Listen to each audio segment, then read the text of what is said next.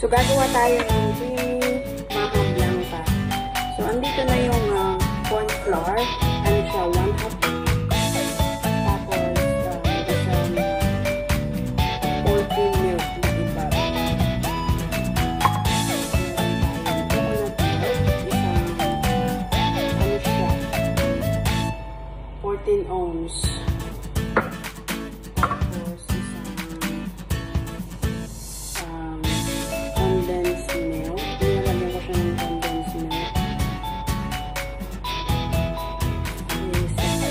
Isang maliit siyang ganito. Tapos may yogurt. Iba yung ginagawa ko na maha. Nilalagyan ko siya ng cheese. Kaya siya creamy sa yogurt. Pero masarap siya. Super. Tapos yung corn, pinakuluan ko muna.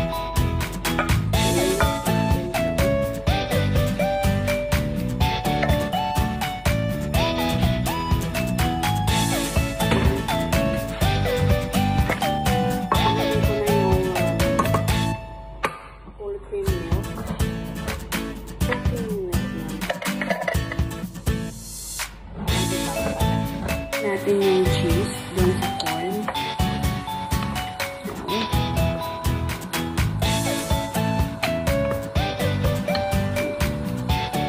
So, ganito siya pagka, ganito yung consistency niya.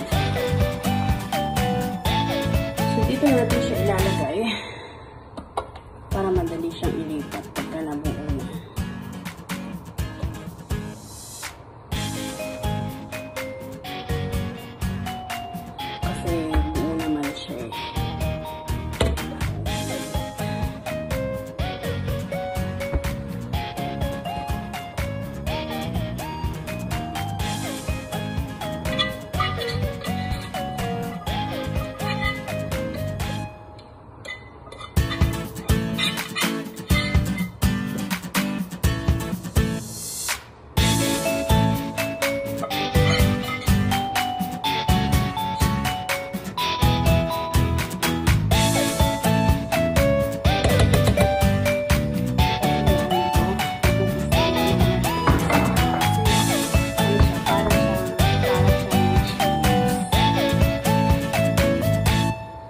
Pantayin lang natin.